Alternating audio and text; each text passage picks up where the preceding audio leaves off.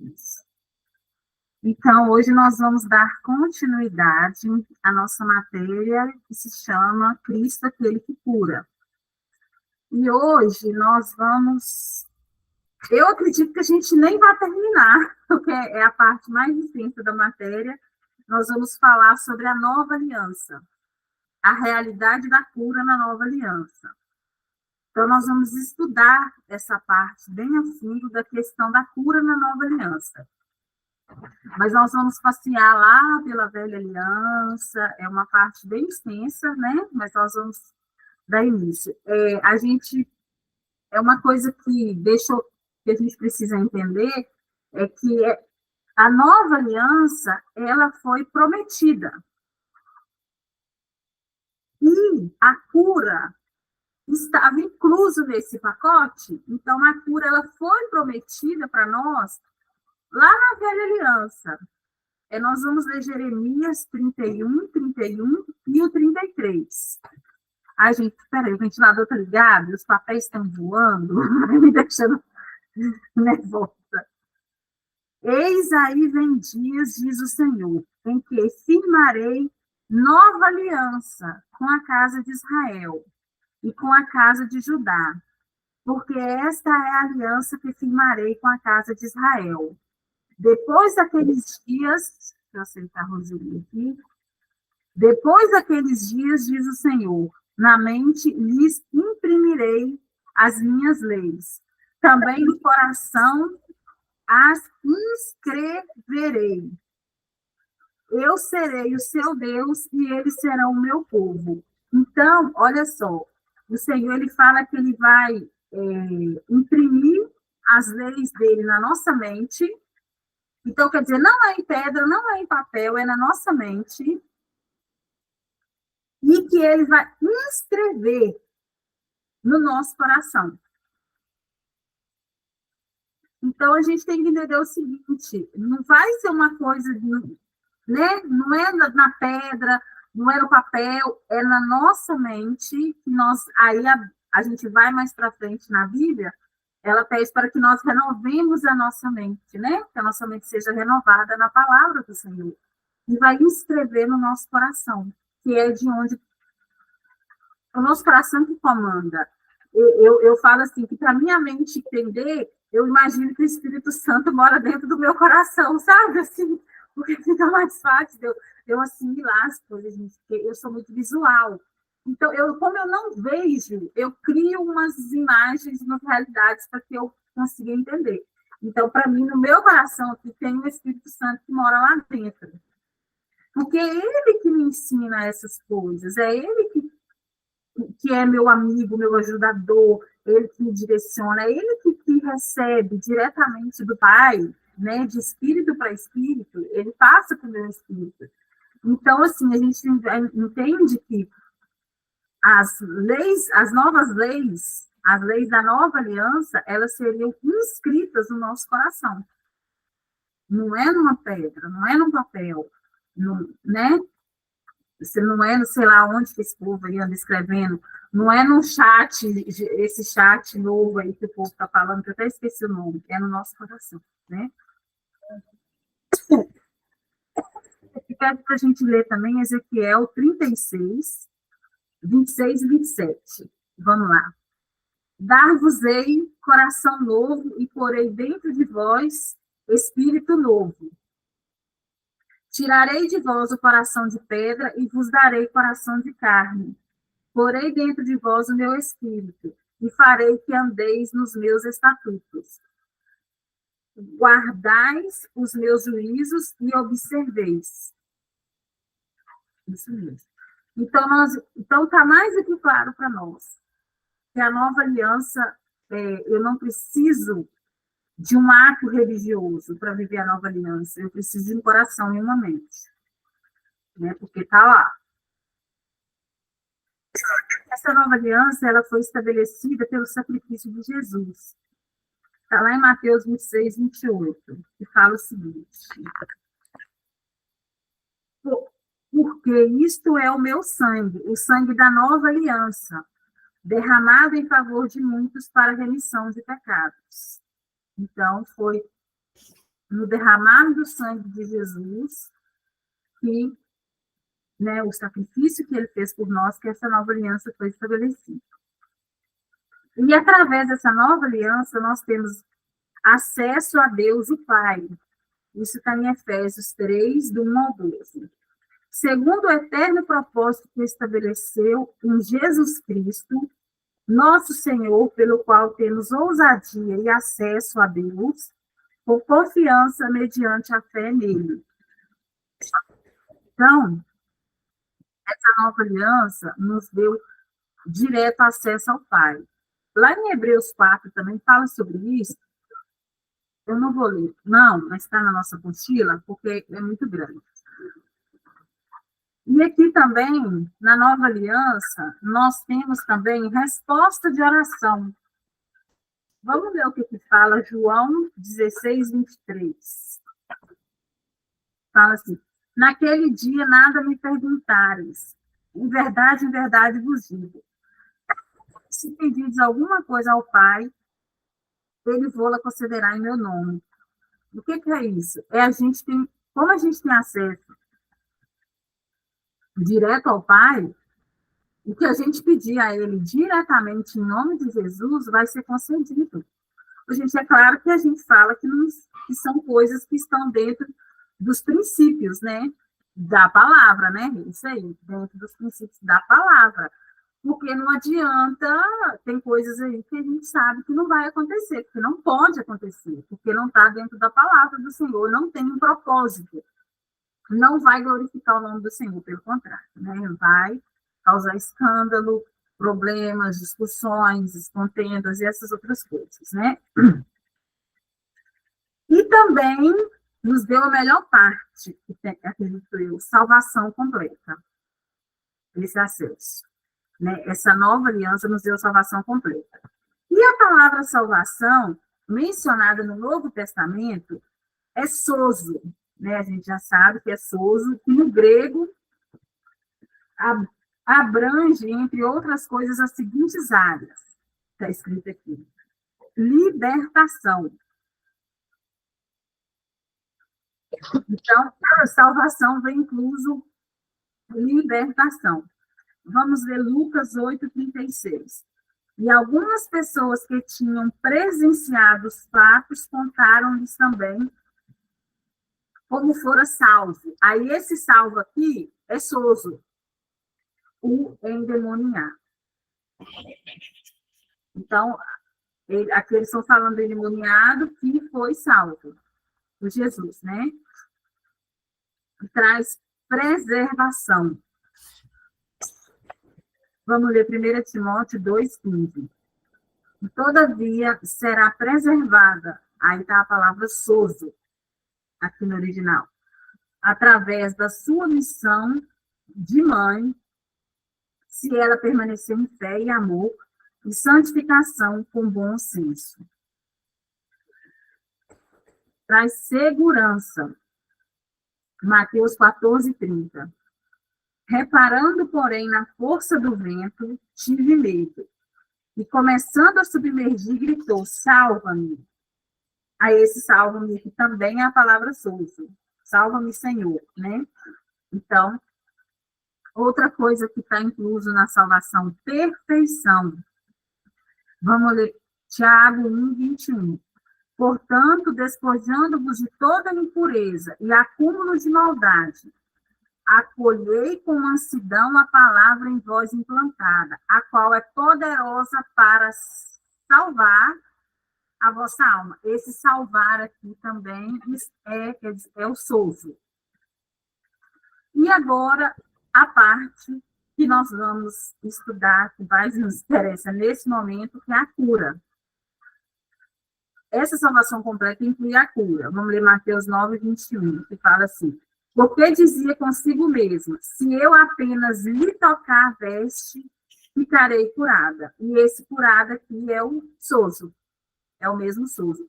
Então, nós temos essas 5 coisas na salvação: libertação, preservação, segurança, perfeição e cura. Quando Deus firmou uma aliança conosco, Nela estava, sim, incluso a cura. O livramento do povo de Israel no Egito é uma figura da nossa redenção. Que imediatamente após o povo de Israel ter atravessado o Mar Vermelho, Deus fez uma aliança com eles e revelou-se como aquele que sara. Está em Êxodo 15, 26. Eu quero ler. E disse: se ouvires atento a voz do Senhor teu Deus, e fizeres o que é reto diante dos seus olhos, e deres ouvido aos seus mandamentos, e guardares todos os seus estatutos, nenhuma enfermidade virá sobre ti. Das que enviei sobre os egípcios, nenhuma enfermidade virá sobre ti, das que enviei ao povo sobre os egípcios, pois eu sou o Senhor que te sara. Aqui ele deixou claro que nenhuma das enfermidades que foi enviada para o povo egito ia atingir o povo de Israel, aquele povo que estava sendo liberto. Então... Posso falar, Dê? E ele confirma isso no Salmo 91, que é exatamente essa passagem, que fala assim, que praga nenhuma chega à nossa tenda. No Salmo 91, ele diz respeito à nova aliança. O 90 foi escrito por Moisés, é velha aliança.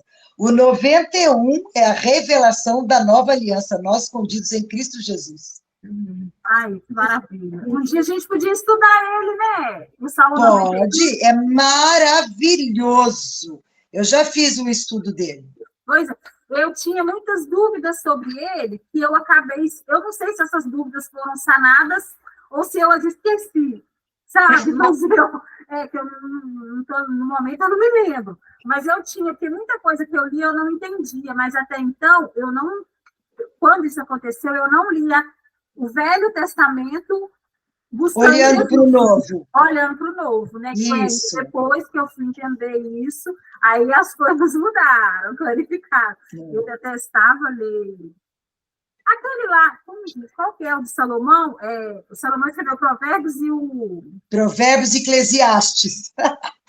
Eclesiastes, que ele é cheio de amor, que ele fica falando... Não, Cantares. Cantares, né? Que a gente...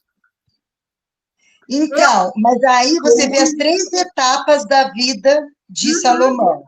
Porque Provérbios é ele sábio como Deus prometeu.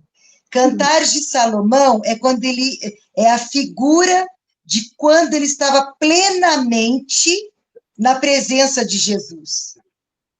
Porque ele fala do amor dele, né, que é a figura de Jesus pela esposa. E em Eclesiastes é quando ele já está com todas as mulheres e segue todos os deuses delas. Então, ele fala que tudo é vaidade. Então, são as 3 etapas da vida dele. Muito, muito legal. Aí, depois que eu descobri que aquilo ali era um relacionamento dele com Jesus, né? As simbologias de Jesus. Aí, isso, é a simbologia de Jesus e a igreja. Isso, que é isso. Aí eu comecei, falei, não, então é legal. Então, é lindo. Porque gente, pensa uma pessoa que falava assim, coisa assim, isso não é para mim, eu não entendo isso, mas eu penso que se aconteceu comigo, acontece com, né, com todo mundo. Então, por isso é importante. Outro dia eu estava conversando com uma amiga minha, e eu explicando para ela um negocinho bobo, assim. Aí eu falei, gente, isso é tão básico. Ela olhou para mim e falou assim, mas eu não sabia. Nunca esqueça que o básico tem que ser falado, tem que ser ensinado. E foi isso. E a gente vê que a gente se perde em umas coisas mínimas. Olha só, eu não gostava porque eu não entendia que era, né, que simbolizava o livro de Cantares, que era Salomão, com a igreja, Jesus, né? Mas agora já tá bom, glória a Jesus. Crescemos, evoluímos. Vamos continuar aqui, deixa eu achar aqui. Achei. Bom, fiz o serviço, né, amigo? Gente, que tosse sem graça. Tem uma parte aqui na apostila que ela fala o seguinte, que muitos teólogos colocam Deus como agente causador de doença, se baseando em alguma expressão isolada da Bíblia, solta. Por exemplo, o que diz assim, das que enviei sobre os egípcios, igual a gente leu aqui agora em Êxodo, Êxodo 15, 26. Só que, na verdade, isso aí, a gente precisa entender que não é Deus falando para nós isso aí, no sentido que ele vai enviar uma doença. Isso aqui, Deus permitiu, ou deixou que, vamos falar assim, deixou que acontecesse com os egípcios por causa da desobediência deles, por causa da desobediência do homem. Então, a gente precisa entender. Oi, Roseli, pode falar. Deixa eu ver se estão me ouvindo. Deixa eu até esqueci de ligar meu fone aqui. É que eu estava ouvindo. É que eu achei interessante comentar o seguinte: eu estava ouvindo o Mateus hoje, que ele está lendo a Bíblia, está em Êxodo, inclusive, e ele fala dessas pragas que é porque Deus já sabia que Faraó já ia, não ia deixar o povo. Então, Faraó, ele conhecia, né, o coração do Faraó, né? Então, por isso que ele colocou essas pragas, porque ele conhecia. Então, na verdade, a desobediência do Faraó, né? Então, isso mesmo. Então, tá bom. Só isso mesmo, só para comentar. Muito bom, obrigada, Roseli. Mas acontece. Então, é o que acontece conosco, gente. Se a gente entrar em desobediência à palavra, tipo, era o povo de Deus, né? Era um povo e eles fizeram toda aquela confusão e entraram e começaram a adorar Deus e fazer coisas que a gente, né, não vai entrar nisso agora. Então, eles estavam em desobediência, eles iriam colher isso. Não é que Deus é ruim, mas Deus é justo. Se eles não estavam em obediência, não estavam seguindo o que manda a palavra, né? Até então, toda a ira de Deus não tinha caído sobre Jesus. Exatamente. A gente sempre, assim, voltar para a cruz. Para a gente entender o Velho Testamento, a gente tem que olhar para a cruz. Então, quando acontecem as coisas ali no Velho Testamento, Jesus ainda não tinha pago o preço. Então, mesmo nos evangelhos, nós vamos ver Jesus falando para cortar braço, mão, olho, entendeu? Pecou, corta fora. Ou seja, a igreja ia ser um monte de manquitola, concorda comigo? Se tudo cego, surdo, mudo, sem língua, sem mão, não é? Mas por quê? Tudo isso que Jesus falou era exatamente para retratar assim, não tem como viver sem um Salvador. O foco é esse. Nós precisávamos urgentemente de um Salvador que tomasse sobre ele tudo que era o preço do nosso pecado. Então, quando acontece aquelas pragas no Egito, é o julgamento de Deus sobre o inimigo. Porque o Egito é figura do inimigo, que destrói, que escraviza, que, como é que se fala? Onde as pessoas não têm direito, isso é obra do inimigo. Né? Então, enquanto o povo enquanto o povo não foi separado, que foi na quarta, como é que fala? Foi na quarta praga, eles sofreram o mesmo dano. A água se transformou em sangue para todos. As rãs lá se multiplicaram para todos, porque eles precisavam entender que era Deus fazendo, que era o poder de Deus que agia. Até a hora que Deus fez separação entre povo dele e o que não é povo dele. A partir desse momento, as consequências, né, elas começam a ser só de vista. Eles olham e veem o pecado, mas eles não sofrem mais o dano. Porque Deus queria que eles saíssem do Egito sabendo que Deus era amor e não juízo. Era juízo sobre o inimigo, mas sobre eles era amor. Exatamente.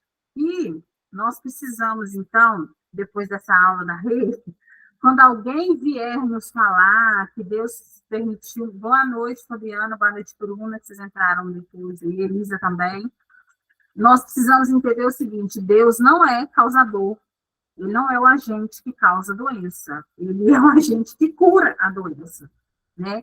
Porque a gente vai se deparar com pessoas incrédulas à nossa frente que nós não podemos permitir que isso abale a nossa fé. Nós estamos aqui aprendendo exatamente para nos fortalecer o seguinte, não.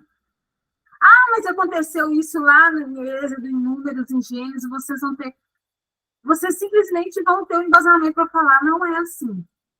Foi o juízo sobre o inimigo hoje. Jesus já veio, já resolveu, já está tudo certo. Na cruz foi tudo resolvido, né? Então, isso é muito importante a gente entender. Eu, por exemplo, às vezes eu ficava assim, gente, mas como que isso aconteceu? Como que foi? Até que a chave virou, né? Até que eu fui entender que eu sou justiça e que tudo está resolvido lá na cruz. Então, nada de ruim vem de Deus, não pode, jamais. Então, vamos dar sequência aqui. O Senhor que te sara, ele vem do hebraico Jeová, que é Senhor, e o Rafá é médico, aquele que cura. Jeová é o nome redentor de Deus e significa aquele que existe. Também é composto de 7 nomes redentores que revelam Deus como aquele que vai ao encontro de todas as necessidades do seu povo. Então, agora, nós vamos passear um pouquinho pelos 7 nomes redentores de Deus. Jeová Shalom, ele é o Senhor é a nossa paz. Então, nós sabemos que a nossa paz está onde? No Senhor, né? A Rê já falou aqui sobre Shalom, que todos os significados, né? Não foi, Rê? Você que falou?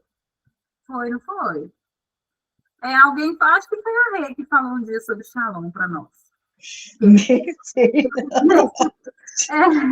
Eu sei eu trouxe os nomes de Deus numa palavra que o Senhor me deu acerca do Pai Nosso, que fala, venha o teu reino e a sua justiça, né?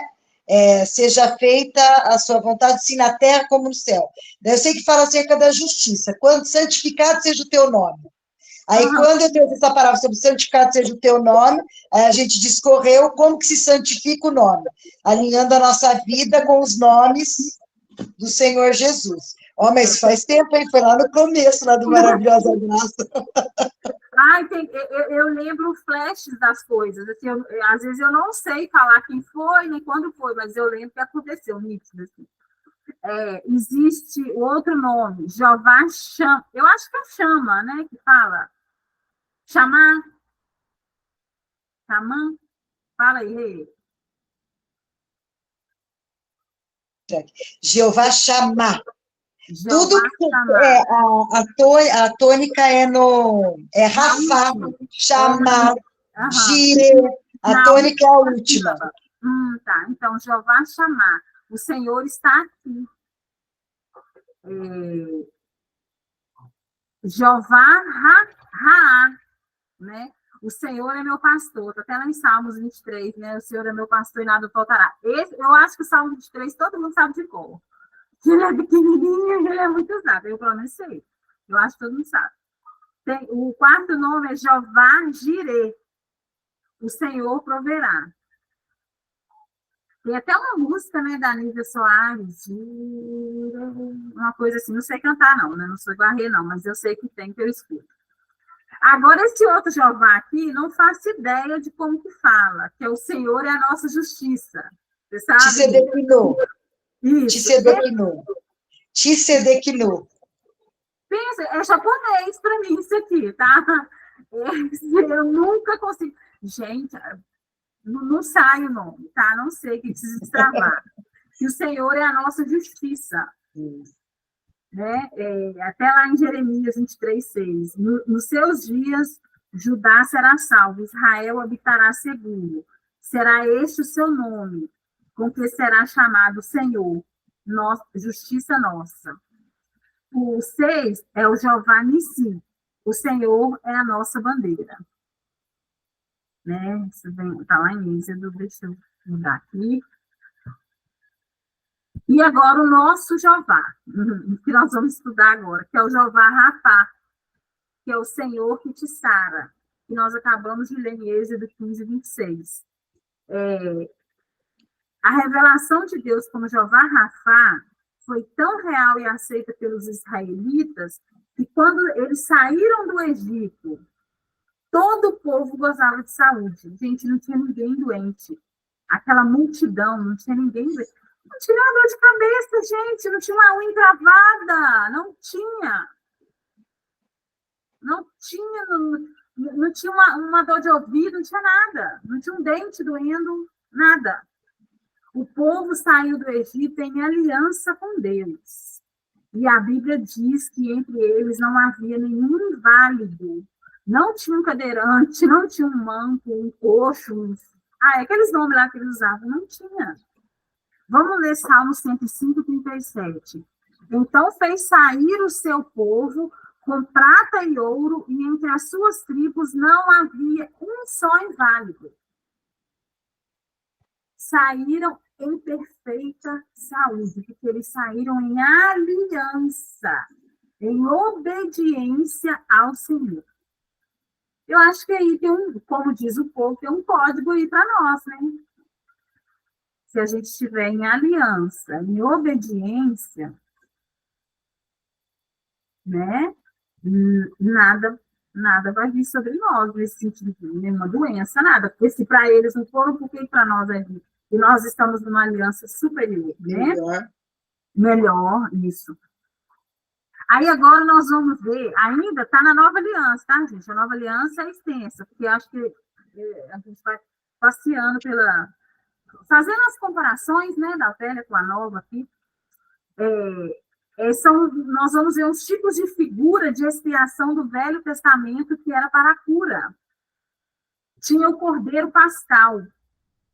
Ele está lá em Êxodo 12, do 1 ao 51. Eu não vou ler, ele está, misericórdia, está na apostila, mas eu vou ler 1 Coríntios 5, 7. Quer dizer, está na Velha Aliança, está em Êxodo, está na passagem de Êxodo, mas cá no Novo Testamento também é citado, que é 1 Coríntios 5, 7. Lançai fora o velho fermento, para que sejais nova massa, como sois, de fato, sem fermento, pois também Cristo, o nosso Cordeiro Pascal, foi imolado. Então, aqui você vê que fala que Cristo era o Cordeiro Pascal também. Aqui, na Velha Aliança falou, e cá em Coríntios, na Nova Aliança também falou. Outro símbolo que era usado para cura era que outros tipos de expiação do Velho Testamento era a purificação da lepra. Isso está lá em Levítico 14, 18, eu vou ler. O restante do azeite que está na mão do sacerdote, pô-lo-á sobre a cabeça daquele que tem de purificar-se. Assim o sacerdote fará expiação por ele perante o Senhor. Eles usavam esse azeite aqui, não é? Esse ritual para purificar a pessoa da lepra, não é? É isso que é uma simbologia, né, da expiação. Desculpa, gente. Não é isso mesmo, é uma expiação do Velho Testamento para cura, né? Era como eles faziam. E outra foi a serpente de bronze,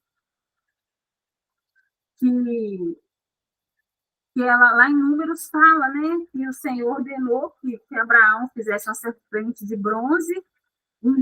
Imagina só, não foi uma serpente de ouro, foi uma serpente de bronze. Né? Isso aí tem alguma coisa aí, porque quando eles... Bronze fala de julgamento. Julgamento, exatamente. Bronze não E a hora que ele levanta a serpente de bronze é a figura de Jesus levando o julgamento sobre ele na cruz. Quem olhasse para ele não seria mais condenado à morte, porque eles morreram pelas picadas da serpente, né? Eles estavam morrendo. Aí a palavra era, olhe para a serpente de bronze. Então, a hora que eles olhavam para a serpente de bronze, eles eram sarados. Porque o julgamento caiu sobre Jesus ali, né? Uhum.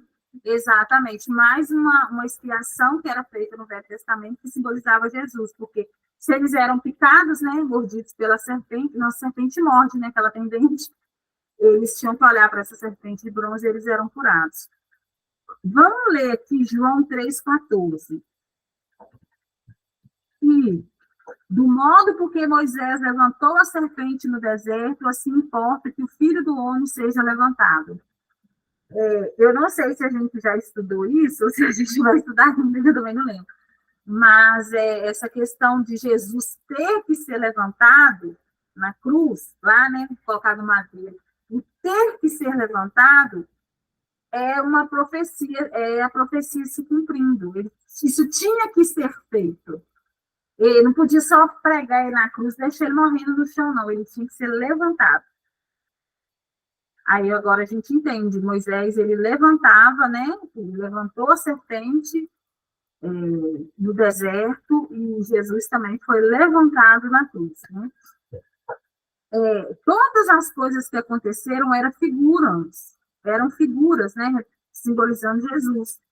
E Deus registrou para que nos servisse de exemplo e soubéssemos que Jesus era o Messias prometido para livrar o povo do pecado e sarar as suas enfermidades. Vamos ler 1 Coríntios 10, 11. Essas coisas lhes sobrevieram como exemplos e foram escritas para advertência nossa, de nós outros, sobre quem os fins dos séculos têm chegado. E vamos ler Hebreus 10, 1. Ora, visto que a lei tem sombra dos bens vindouros, não a imagem real das coisas, nunca jamais pode tornar perfeito os ofertantes, com os mesmos sacrifícios que ano após ano perpetuamente lhes oferecem. Então, a gente vê aqui nessas duas passagens que o que era feito lá no Velho Testamento, a expiação, ela não resolvia, né? Ela não era definitiva. Né? Jesus veio para fazer uma coisa definitiva de uma única vez e acabou. Né? Porque todo ano eles tinham que ficar repetindo, né? Todo ano era aquela coisa, vamos purificar esse ano. Aí no outro ano, vai lá de novo para purificar pelos pecados desse ano, pelos problemas desse ano. E com Jesus não é assim mais, né? Nós vamos vendo mais para frente, tá? E agora nós vamos entrar no outro tópico da nova aliança, que é Jesus nos resgatou da maldição da lei. Na obra da remissão a nosso favor, Jesus tornou-se nosso substituto.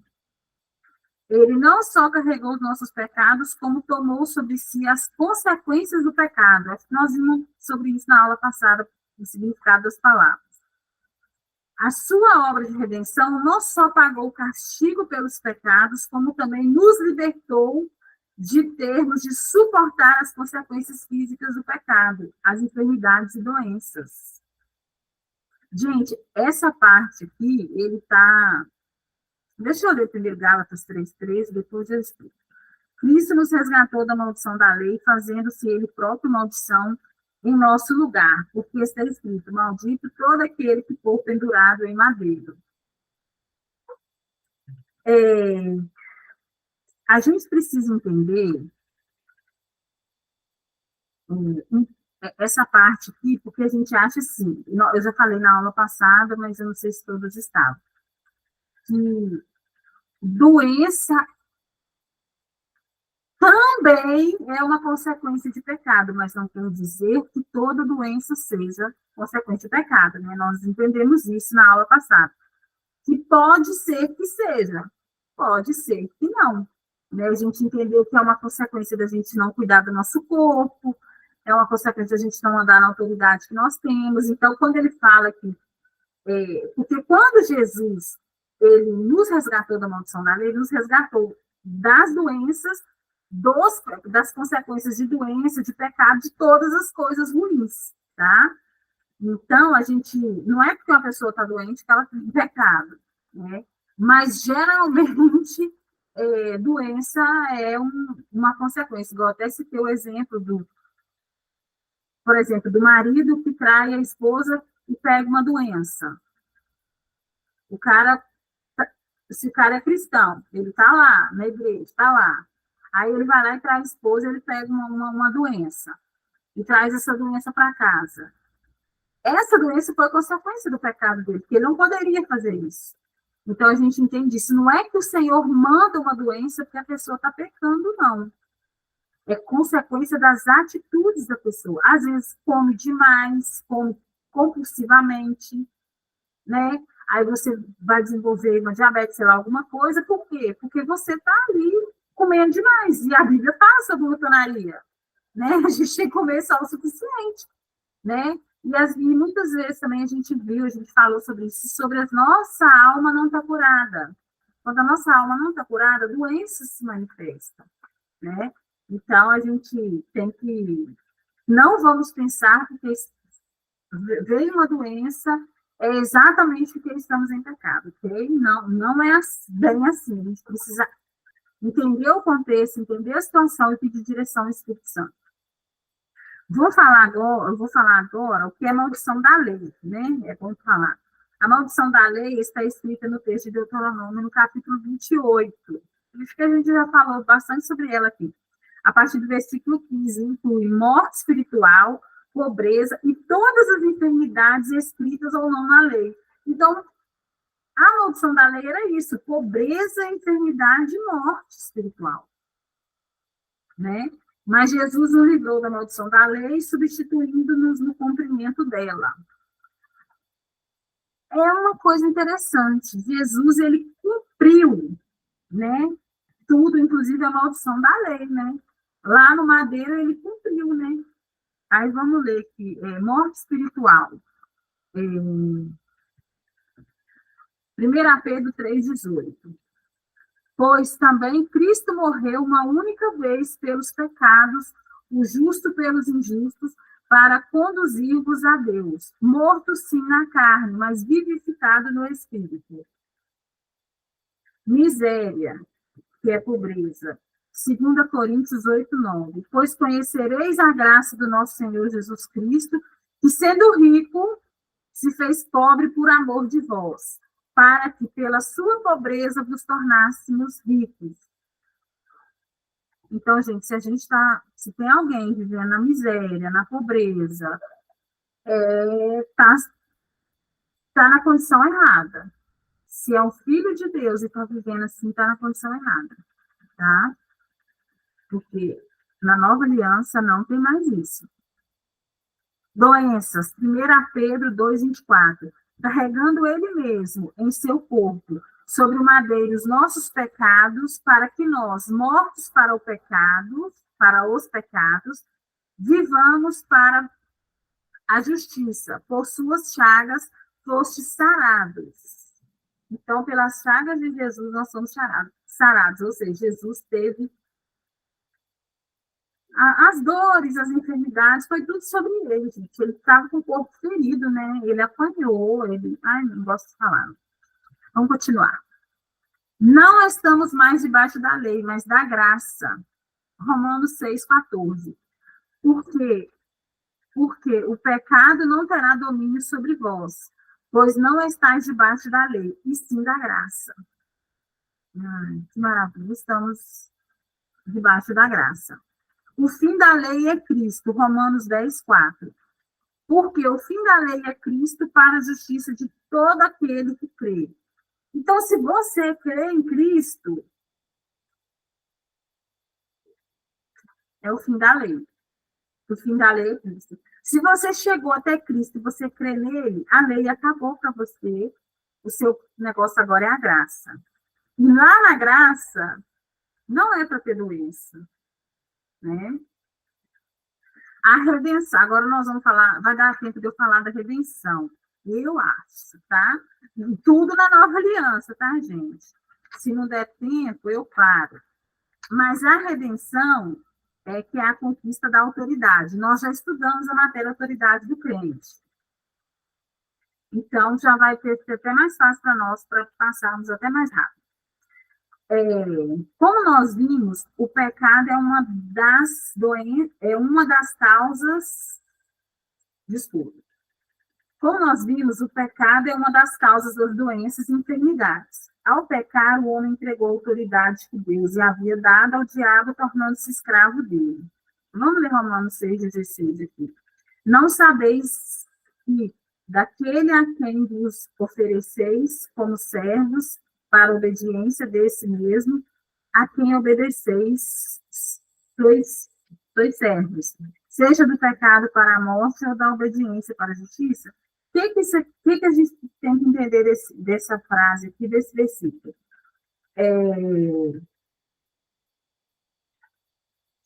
A pessoa pecava e poderia ter doenças e enfermidades. Nós sabemos quando Adão pecou, ele entregou a autoridade. Nós estudamos isso. Ele entregou a autoridade dele. Acabou. Só que essa autoridade já foi restituída. Jesus pegou essa autoridade. Quer ver? Jesus foi a provisão de Deus para a reconquista da autoridade que ele havia dado ao homem e o homem havia perdido. A vida de Cristo foi focada no propósito de cumprir a justiça requerida, para que o homem usufruísse novamente da posição original, dominar, não ser escravizado. Então, hoje, a gente domina e a gente não é mais escravo. Porque isso foi restituído. É nessa realidade que nós temos que andar. Aquilo lá aconteceu, mas já acabou, já foi resolvido. Adão pecou, perdeu, Jesus reconquistou, sendo justo. Jesus, ele veio para nos resgatar. Nós sabemos disso, né? Que ele veio e nos resgatou. Quer ver, está em Lucas 19:10. Porque o Filho do Homem veio buscar e salvar o perdido. Então, Jesus também já nos resgatou de lá. Nós não andamos mais perdidos, não andamos mais sobre maldição nenhuma, não andamos mais sobre a lei, não temos que fazer nenhuma obra, a obra não, ritual, seja o que for, né? Nós já passamos disso. Ele veio para destruir as obras do inimigo. 1 João 3,8, deixa eu ler. Aquele que pratica o pecado procede do diabo, porque o diabo vive pecando desde o princípio. Para isso se manifestou o Filho de Deus, para destruir as obras do diabo. Jesus já se manifestou e já destruiu, ok? Ponto. Então, ele não pode ter autoridade sobre nós, nem como morte, nem roubo, nem destruição, seja o que for, nem doença, ele não tem. A autoridade é nossa. O preço determinado de Deus para o resgate do homem foi o sangue, a vida de um justo. Jesus pagou para nós com sangue. Por isso, quando você clama o sangue, não tem quem impeça. Gente, é surreal o que eu vejo acontecendo quando a situação que você clama pelo sangue.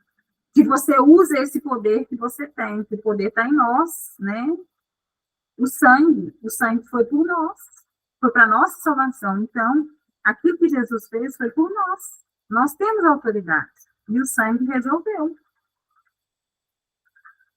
Jesus, ele derrotou diabos, demônios e reconquistou autoridade para nós. Quer ver? Vamos ler Colossenses 2, 14 e 15. Tendo cancelado o escrito de dívida que era contra nós e que constava as ordenanças, o qual nos era prejudicial, removeu inteiramente, encravando-o na cruz e despojando os principados e as potestades, publicamente os expôs ao desprezo, triunfando deles na cruz. Gente, Jesus triunfou na cruz, né? Porque foi ele indo para a cruz. Eu não gosto de ver, eu me sinto mal, que eu vejo todo o sofrimento de Jesus. Eu tenho uma comoção muito grande assim, quando eu vejo pessoas sofrendo. Imagine Jesus maravilhoso. Mas era necessário. E ali foi o triunfo de Jesus. Gente, pensa, ele conseguiu. Eu acredito que eu ia desistir no primeiro problema, talvez. Não ia conseguir pôr a cruz nas costas. Eu já ia desistir e falar, não quero saber não, pode estar com esse povo aí. Não, o triunfo de Jesus foi na cruz. Gente, ai, nossa, isso é tanto. Enquanto as pessoas acham ali que triunfar é em primeiro lugar em tudo, é ter tudo, sabe? É ostentar uma vida, né? Uma vida de ostentação, de luxo. Não, o triunfo de Jesus foi na cruz. Ele abriu mão de toda a glória, de tudo, para triunfar na cruz, no nosso lugar. Eu não sei nem que tipo de sentimento, eu não consigo expressar um sentimento por isso. De você ver o dono, ele é dono de tudo. A glória era toda dele. E ele veio para a terra para triunfar numa cruz. É muito. E quando eu entendi que se eu não ando na autoridade dele, se eu ando em doença, se eu ando, sabe, em coisas assim que não são de Deus, para mim, eu estou desonrando essa cruz, porque ele fez muito por nós, para a gente simplesmente aceitar que a gente tem uma doença, a gente aceitar que a gente pode passar fome, né? Seja lá o que for, que a gente... Não é assim, não. A gente tem que levantar, assim, com a autoridade de rei, que a gente vive no reino. E falar, não é assim, não. Aquela cruz ali, o triunfo já foi. Já teve o triunfo. Não pode ser assim, sabe? Se mexe muito comigo essa questão. Sabe? De como Jesus foi. Do que Jesus nos ensinou, né? E hoje a gente vê um evangelho distorcido que, sei lá, não vou nem falar sobre isso, não. Jesus, ele recebeu toda a autoridade no céu e na terra quando ressuscitou. Vamos ler Mateus, que eu vou acabar, tá? Mateus 28, 18. Jesus, aproximando-se, falou-lhe, dizendo, toda a autoridade me foi dada no céu e na terra. Então, nós já sabemos que toda a autoridade foi dada a ele. E essa autoridade foi repassada para nós, que somos irmãs, só tem meninas aqui, e irmãs mais novas de Jesus, tá? Ele está à direita de Deus, acima de todo principado e potestade. Nós também nós sabemos, nós estudamos isso, ele está lá, acima de tudo, e nós estamos com ele. No mundo espiritual também. Acima de todo principado, potestade. Isso não pode nos atingir, se a gente souber quem a gente é. A autoridade sobre a morte e o inferno agora estão com ele. Apocalipse 1, 18. E aquele que vive esteve morto, mas ele... Não. E aquele que vive estive morto, mas eis que estou vivo pelos séculos dos séculos e tenho as chaves da morte e do inferno. Ele está vivo. E tem todo... Né, um dia desse a Rê falou sobre morte, eu acho, não sei, e eu falei assim, olha, lá fala que ele estava a chave da morte, então, eu não sei, ela falou sobre a língua, né, e tal, e assim, inclusive gente, eu terminei, tá, só vou finalizar aqui, porque não vai dar tempo da gente terminar sobre a nova aliança hoje, a gente continua sobre a nova aliança, porque tem um monte de coisa na próxima aula, até ele começar a falar sobre a cura no nome de Jesus. A gente ainda vai estudar um pouco ainda sobre as duas alianças, né, a comparação. Mas eu sempre tive muitas questões relacionadas a esse capítulo de Apocalipse. Porque se ele está com a chave da morte e do inferno, então quem mata? Né? Aí eu ficava assim, eu ficava questionando. Se achava, então as pessoas não podem morrer. Como que quem mata é Jesus? Quem mata é Deus? Só que aí eu fui entendendo que ele não usa as armas de Satanás, Deus jamais usa as armas de Satanás, mas que as coisas acontecem em consequências a uma vida. Eu fui entender que a gente não precisa mais morrer, né? A gente vem estudando sobre isso, mas a gente foi muitos anos de dúvida se Deus matava ou não matava, tá? Se vocês tiverem alguma coisa para falar sobre isso, eu vou agradecer muito. Em Cristo, nós não morremos mais. Isso. Mas o mundo jaz no maligno. Jaz significa o quê? É um túmulo.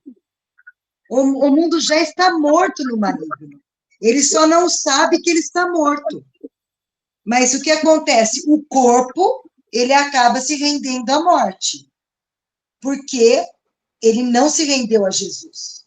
Então, ele se rende à morte. Agora, nós que estamos em Cristo, já passamos da morte para a vida.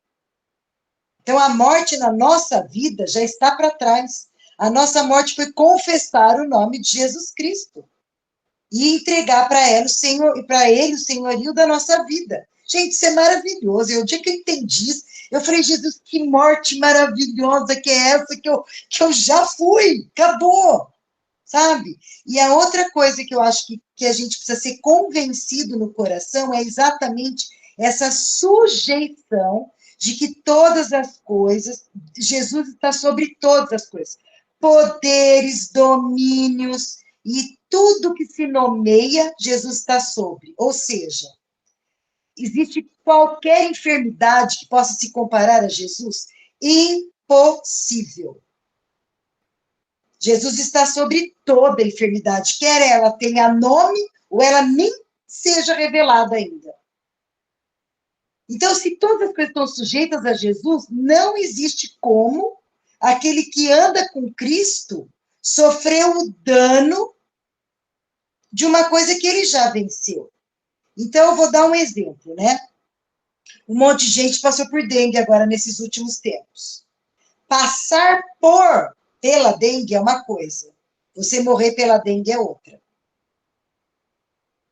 Então, se acontece, você repreende e aquilo tem que se sujeitar a quem Jesus Cristo é na nossa vida. Você não pode permanecer nela. É essa que é a diferença. Por quê? Porque a gente está no mundo, mas o Senhor, ele afirmou na oração dele antes de partir, dizendo, eu orei ao Pai, ele não vai tirar vocês do mundo, mas eu orei para livrar vocês do mal. É mal, não vem de Deus, não é para nós sofrermos o dano.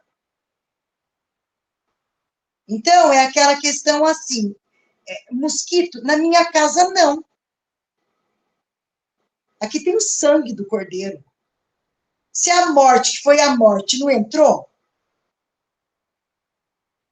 e o cordeiro não era nem Jesus ainda, era só uma figura de Jesus, quanto mais agora o sangue de Jesus nos cobrindo. Então, e a outra coisa, né, que a Denise fala assim, só para finalizar, que já são 9 horas e a gente vai para ceia. E é claro que se alguém quiser falar mais, pode. A Denise falou que toda vez que ela pensa assim, o que Jesus sofreu na cruz, toda vez que eu penso para Jesus, o Senhor já não sofreu mais, porque já passou, já foi uma vez só. O Senhor está ressurreto, feliz, está junto com o Pai, porque, sabe assim, para você não reviver aquele negócio o tempo todo, né? Porque quando você olha para a cruz e vê o sofrimento de Jesus, a gente precisa tirar de lá aquilo que nos pertence. Porque na cruz ele cravou quem nós éramos. E na ressurreição, ele entregou para nós quem ele é. Hoje, a vida que ele convida para a gente viver é a vida que ele tem ressurreto. Por isso que a palavra fala, acho que é em Pedro, tá? Mas eu não tenho certeza do versículo, que diz assim como o Senhor é no céu, somos nós aqui nesta terra. É verdade isso. Ele comprou a nossa vida e levou toda a nossa vida lá na cruz, para ressuscitado nós vivemos a vida dele. E como que a gente manifesta essa vida? A gente manifesta a vida, inclusive, em saúde. É não aceitando as doenças, enfermidades, epidemias e pandemia que estão do lado de fora. Porque todas elas entram na vida do cristão através do medo. Através do espírito do medo. Se não há medo, ela bate em retirada. Ela tem que ir embora. Porque ela está sujeita a Jesus Cristo ressurreto. E assim como nós somos aqui nessa terra, o Senhor aí no céu, então ela tem que ficar debaixo dos nossos pés também. Ela tem que ir embora. Então, assim, a dor aconteceu, pode sair. Você chegou, mas não vai ficar. E essa postura a gente precisa adotar no nosso dia a dia, em todas as coisas, né? Em todas as coisas que nós vivemos no dia a dia. É um exercício. A gente não é perfeito, a gente erra. Ixi, eu fico brava com tanta coisa que depois eu falo, Jesus, de novo, lá vou eu levar para a cruz essa braveza que não era para ter acontecido, não era para ficar brava.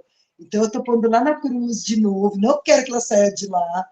Mas também, exatamente, o espírito do medo é o que age na mente do cristão para ele não viver o que Jesus conquistou na cruz. Por isso que nós não podemos nos render ao medo. A gente tem que respirar fundo, porque o medo, o primeiro sintoma do medo é a falta de ar. Taquicardia. É o primeiro que tem. Isso o Senhor me mostrou num dia que eu tive, por causa de uma situação, e o Senhor falou para mim, isso que está acontecendo no seu coração é o espírito do medo. E Deus, o Senhor falou para mim assim, respira fundo. E eu respiro o meu amor. E daí foi saindo, e a respiração foi voltando, e foi acalmando, a situação era a mesma, mas eu encarei diferente. E glória a Jesus, mais uma vitória, venci. Foi na época que eu estava enferma do braço lá. Então, era só ter que entrar naquela máquina horrorosa da ressonância, que eu achava que eu não ia ter oxigênio nenhum, e eu falava assim, entro, morro lá dentro. E eu ficava com taquicardia antes de enfrentar a máquina já. As últimas vezes, eu acordava de madrugada sem respirar, por causa do negócio. O Senhor falou para mim assim, isso é espírito do medo. Você tem, daí depende da gente rejeitar, se posicionar. Eu fui respirando fundo e fui soltando o ar e fui vendo o Senhor comigo naquele lugar e Deus mudou. Então é muito importante a gente ter essa consciência do que foi cravado na cruz, para nós vivermos aquilo que Jesus conquistou para nós. É muito importante. Porque aí, à medida que a gente vai tendo experiência, vai ficando mais rápido da gente não aceitar. E a gente vê muito isso com criança, sabia? A criança, se ela aprendeu uma vez, da outra vez que acontecer, ela cai fora. Ela não aceita a mesma situação, não. A gente adulta é meio turrão, né? Mas a criança é maravilhosa. Quando a gente vê isso na criança, é lindo demais. Por isso que o Senhor fala para a gente ser como criança, até nisso, para receber mais rápido o que Jesus fez por nós.